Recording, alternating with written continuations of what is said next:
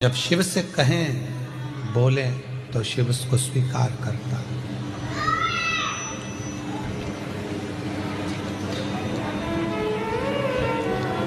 Gate, bed और death, तीन है। दुख के समय पर कोई तुम्हारे दरवाजे पर खड़ा है तो समझ लेना वही तुम्हारा सबसे ज्यादा श्रेष्ठ हितैषी है।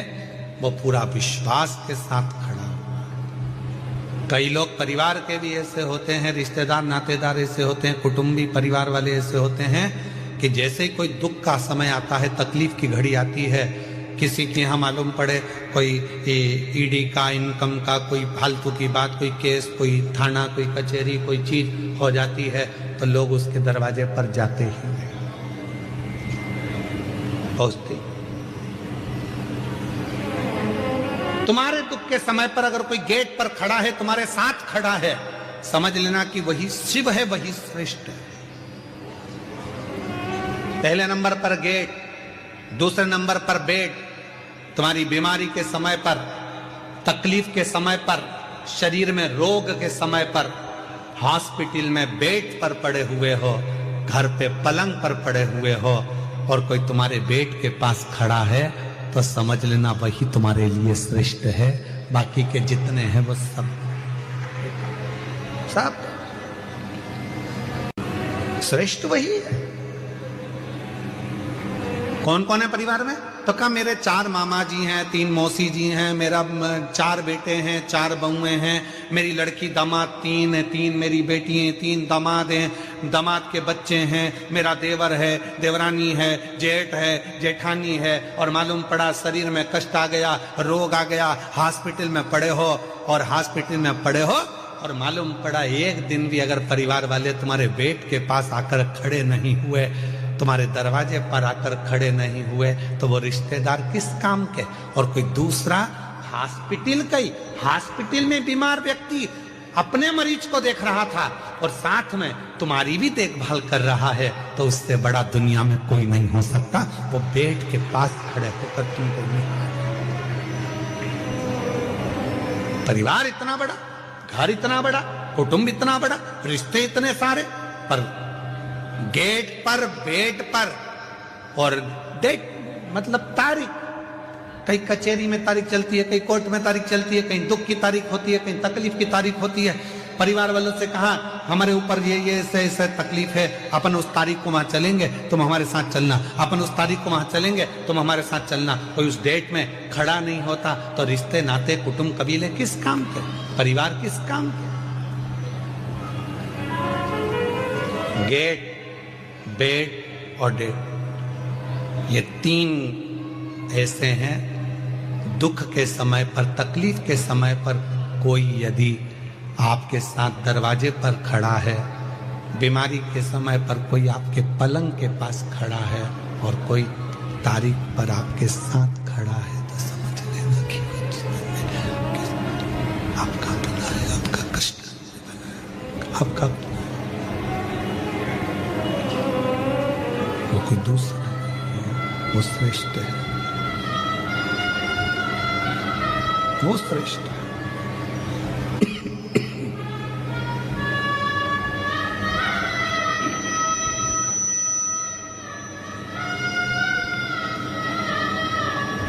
बस देवराज नाम का ब्राह्मण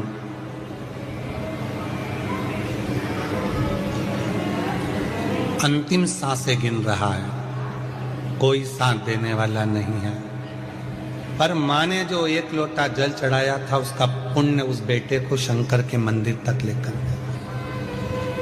वो पुण्य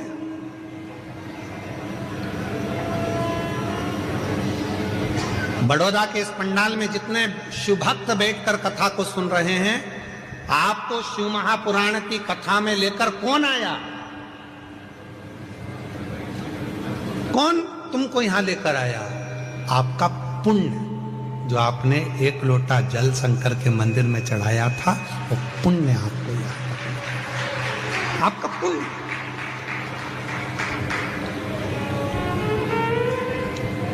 कई लोग पत्रिका दिखाने जाते हैं, कहते हैं महाराज जी बताओ इसमें राजयोग कितना है, राजयोग कितना है, बताओ हमारा भाग्य कैसा होगा, हमारा भविष्य कैसा होगा।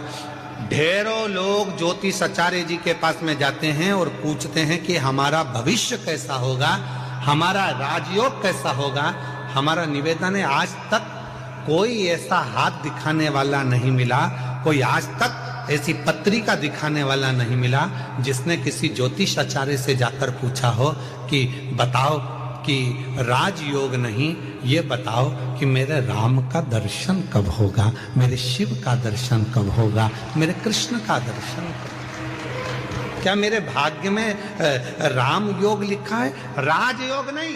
मेरे हाथ की रेखा में क्या राम का दर्शन लिखा है, मेरे हाथ की रेखा में क्या भगवान का दर्शन लिखा है, मेरे पत्रिका में, जन्म पत्रिका में क्या शिव का भक्ति लिखी है, क्या मेरी जन्म पत्रिका में भगवान शंकर की भजन लिखा है, क्या मेरी जन्म पत्रिका में क्या शिव की भक्ति लिखी है।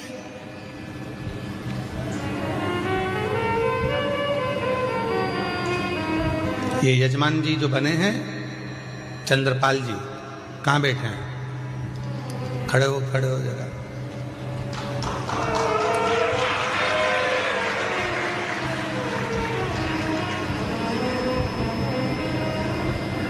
जब महेश बंसल जी, ये महेश बंसल जी हैं, महेश बंसल जी ने जब हमको कल कहा कि गुरुजी मुख्य यजमान ये चंद्रपाल जी हैं, महेश बंसल जी आप कल बोले कि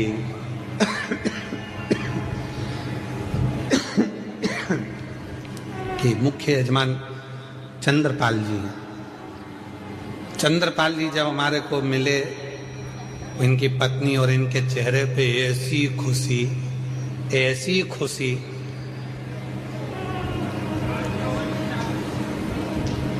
शॉल की ट्रे रखी थी बाजू में, वो भी ध्यान में नहीं, पानी का लोटा ध्यान में नहीं, थाली ध्यान में नहीं, और जब हाथ में तिलक लगा रहे थे तो हाथ भी इनका थर थर थर थर थर थर थर थर कांप रहा था।